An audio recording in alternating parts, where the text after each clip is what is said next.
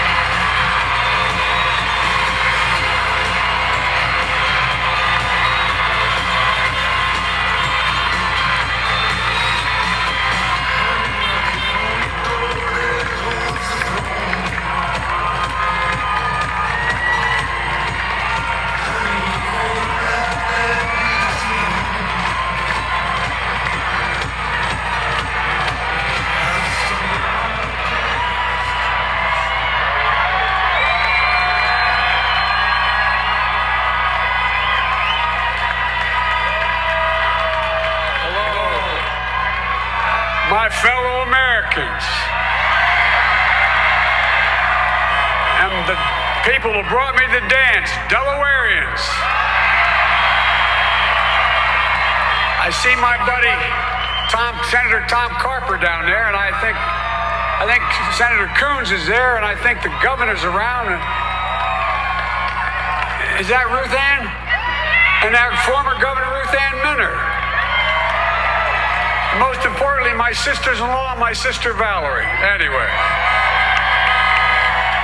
Folks, the people of this nation have spoken. They've delivered us a clear victory, a convincing victory, a victory for we the people. We've won with the most votes ever cast on a presidential ticket in the history of the nation. 74 million.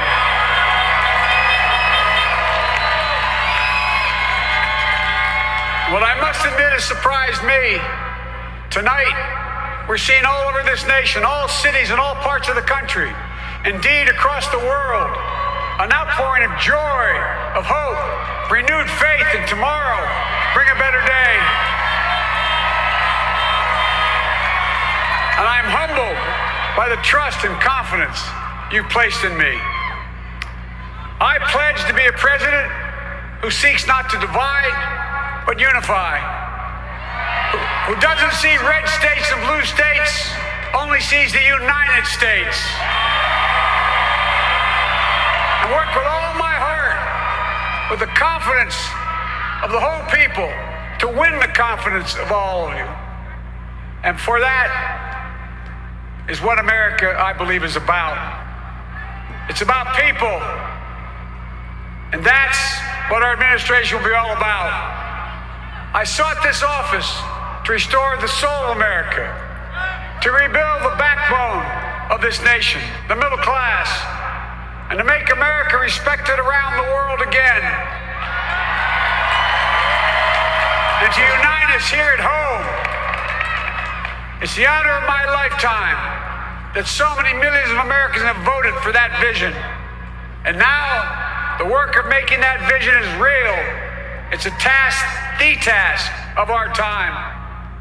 Folks, as I said many times before, I'm Jill's husband.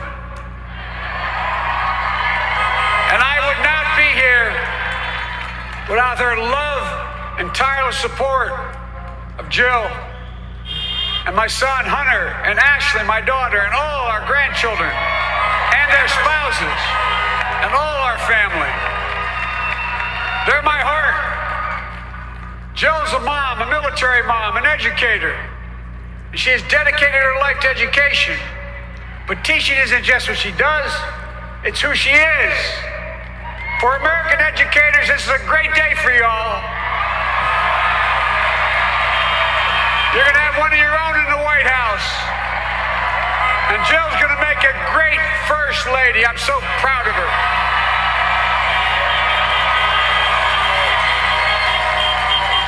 And I'll have the honor of serving with the fantastic Vice President who you just heard from, Kamala Harris. makes history as the first woman, first black woman, the first woman from South Asian descent, the first daughter of an immigrant ever elected in this country. Don't tell me it's not possible in the United States. It's long overdue. And we're reminded tonight of those who fought so hard for so many years to make this happen. Once again, America's bent the arc of the moral universe more toward justice. Kamala, Doug, like it or not, your family, you become an honorary Biden, there's no way out. All those of you who volunteered and worked the polls in the middle of this pandemic, local elected officials, you deserve a special thanks from the entire nation. And to my campaign team and all the volunteers and all who gave so much of themselves to make this moment possible, I owe you. I owe you. I owe you everything. And all those who supported us, I'm proud of the campaign we built and ran. I'm proud of the coalition we put together. The broadest and most diverse coalition in history. Democrats, Republicans, independents, progressives, moderates, conservatives, young, old, urban, suburban, rural, gay, straight, transgender, white, Latino, Asian, Native American.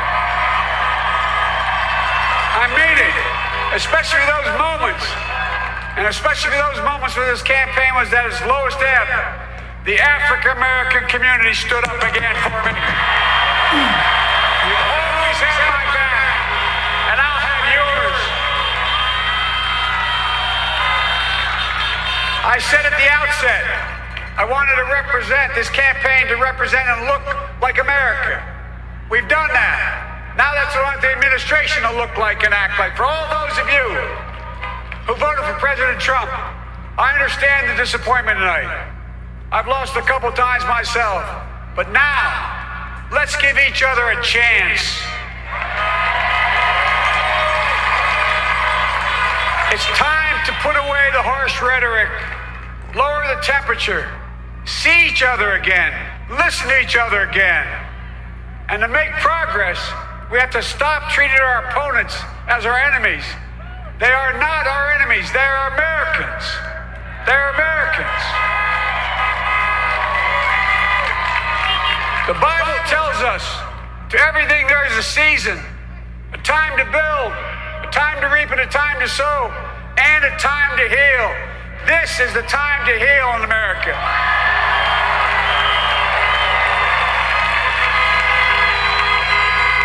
Now this campaign is over. What is the will of the people? What is our mandate? I believe it's this. Americans have called upon us to marshal the forces of decency, the forces of fairness, to marshal the forces of science, and the forces of hope in the great battles of our time. The battle to control the virus, the battle to build prosperity, the battle to secure your family's health care, the battle to achieve racial justice and root out systemic racism in this country, and the battle to save our planet by getting climate under control, the battle to restore decency, defend democracy, and give everybody in this country a fair shot. That's all they're asking for, a fair shot. Folks, our work begins with getting COVID under control. We cannot repair the economy, restore our vitality, or relish life's most precious moments, hugging our grandchildren, our children, our birthdays, weddings, graduations, all the moments that matter most to us until we get it under control. On Monday, I will name a group of leading scientists and experts as transition advisors to help take the Biden-Harris COVID plan and convert it into an action blueprint that will start on January the 20th, 2021. That plan will be built on bedrock science. It will be constructed out of compassion, empathy, and concern. I will spare no effort, none, or any commitment to turn around this pandemic. Folks, I'm a proud Democrat, but I will govern as an American president. I'll work as hard for those who didn't vote for me as those who did. Let this grim era of demonization in America begin to end here and now.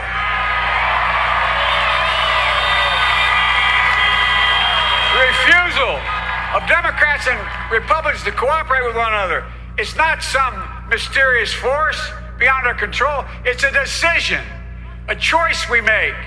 And if we can decide not to cooperate, then we can decide to cooperate. And I believe that this is part of the mandate given to us from the American people. They want us to cooperate in their interest. And that's the choice I'll make. And I'll call on Congress, Democrats and Republicans alike, to make that choice with me. The American story is about slow yet steadily widening the opportunities in America. And make no mistake, too many dreams have been deferred for too long. We must make the promise of the country real for everybody, no matter their race, their ethnicity, their faith, their identity, or their disability. Folks, America has always been shaped by inflection points, by moments in time where we've made hard decisions about who we are and what we want to be. Lincoln in 1860, coming to save the Union. FDR in 1932, promising a beleaguered country a new deal. JFK in 1960, pledging a new frontier. And 12 years ago, when Barack Obama made history, he told us, yes, we can. Well, folks, we stand at an inflection point. We have an opportunity to defeat despair, to build a nation of prosperity and purpose. We can do it. I know we can. I've long talked about the battle for the soul of America. We must restore the soul of America. Our nation is shaped by the constant battle between our better angels and our darkest impulses. And what presidents say in this battle matters. It's time for our better angels to prevail. Tonight, the whole world is watching America. And I believe at our best, America is a beacon for the globe. We will lead not only by the example of our power, but by the power of our example. I've always believed, many of you heard me say it, I've always believed we can define America in one word: possibilities. That in America, everyone should be given an opportunity to go as far as their dreams and God-given ability will take them. You see, I believe in the possibilities of this country. We're always looking ahead to an America that's freer and more just, ahead to an America that creates jobs with dignity and respect, ahead of America that cures diseases like cancer and Alzheimer's, ahead to an America that never leaves anyone behind, ahead of America that never gives up, never gives in. This is a great nation. It's always been a bad bet to bet against America. We're good people. This is the United States of America. And there's never been anything we've been not able to do when we've done it together. Folks, in the last days of the campaign, I began thinking about a hymn that means a lot to me and my family, particularly my deceased son, Bo. It captures the faith that sustains me, and which I believe sustains America. And I hope it can provide some comfort and solace the 230,000 Americans who've lost a loved one to this terrible virus this year. My heart goes out to each and every one of you. Hopefully this hymn gives you solace as well. It goes like this. And he will raise you up on eagle's wings, bear you on the breath of dawn, and make you to shine like the sun, and hold you in the palm of his hand. And now together, on eagle's wings, we embark on the work that God and history have called upon us to do, with full hearts and steady hands, with faith in America and in each other, with love of country, a thirst for justice.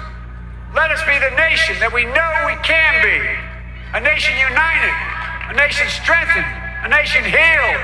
The United States of America, ladies and gentlemen, there's never been anything we've tried we've not been able to do. So remember, as our grandpapa used to say when I walked out of his home when I was a kid up in Scranton, he said, "Joey, keep the faith." And our grandmother, when she was alive, she yelled, "No, Joey, spread it. Spread the faith. God love you all. May God bless America, and may God protect our troops."